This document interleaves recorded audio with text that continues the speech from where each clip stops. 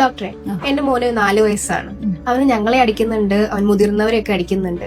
അത് അവന്റെ ഒരു സ്വഭാവത്തിൽ മാറ്റിയെടുക്കേണ്ടതായിട്ടുണ്ടോ?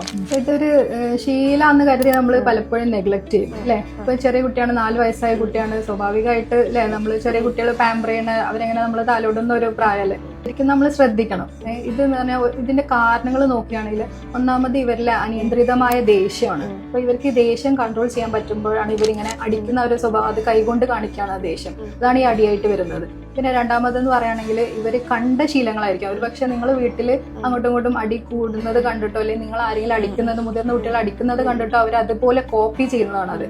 അതുപോലെ കുട്ടികൾ അങ്ങനെ അല്ല, അനുകരിക്കുമല്ലോ. അപ്പൊ അത് അതേപോലെ ഇനിയിപ്പൊ നിങ്ങൾ ചെയ്യുന്നില്ലെങ്കിലും ഇവർ കൂടുതലായിട്ട് ഇപ്പോഴത്തെ ഒരു സിനിമകളുടെ ഒരു ഇൻഫ്ലുവൻസ് ഉണ്ടല്ലോ, TV സ്ക്രീനിലൊക്കെ കാണുന്ന ഒരു പാട്ടനുണ്ടല്ലോ അല്ലെ, കുപ്പി ചോര കൊണ്ട് സർബത്തൊക്കെയാണ്, അങ്ങനത്തെ ഒക്കെ ഒരു കാലാണ് ഇപ്പൊ. അപ്പൊ ഇവരുടെ മൈൻഡിൽ ഫുള്ള് ഇതൊക്കെ ഒരു രസമായിട്ടുള്ള ഒരു ഫീലിംഗ് ആണ് വരുന്നത്. ഇതൊന്നും വലിയൊരു തെറ്റാണെന്നൊന്നും അവർക്ക് അറിയുന്നില്ല അല്ലെ. അപ്പൊ ഇവരത് അതേപോലെ കോപ്പി ചെയ്യണം. പിന്നെ ഒരു കാരണം ഇവരുടെ മനസ്സിലെ ഡിസ്റ്റർബൻസ്, ചിലപ്പോൾ ഉറക്കം കുറഞ്ഞാൽ ഇവരുടെ ശാഠ്യം വാശിയൊക്കെ കാണിക്കുന്നത് ഇങ്ങനെ ആയിരിക്കാം.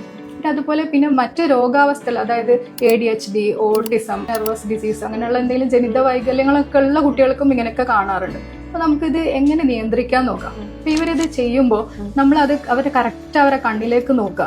ഇത് നമ്മൾ എൻജോയ് ചെയ്യാൻ തോന്നുമ്പോൾ അവരതൊരു കളിയായിട്ട് എടുക്കും. കുട്ടികളുടെ പ്രായം കളിക്കുന്ന പ്രായമാണല്ലോ, അതൊരു കളിയായിട്ട് എടുത്ത് അത് അവർ പിന്നെ അത് ചെയ്യാനുള്ള ഒരു മോട്ടിവേഷൻ ആയിരിക്കും. അപ്പൊ അത് കളിയല്ല, നമ്മളത് അപ്പൊ തന്നെ വാൺ ചെയ്യുക, അടിക്കരുത് നമ്മൾ ഒരിക്കലും. അവരടിക്കാതെ ജസ്റ്റ് അവരെ കണ്ണിലേക്ക് നോക്കുക. എന്നിട്ട് അത് മെല്ലെ പറഞ്ഞു സമാധാനത്തോടു കൂടി അങ്ങനെ ചെയ്യരുത് എന്ന് മനസ്സിലാക്കി കൊടുക്കുക.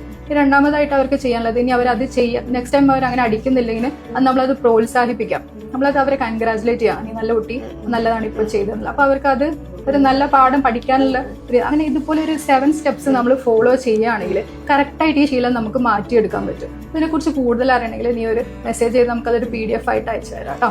ശരി.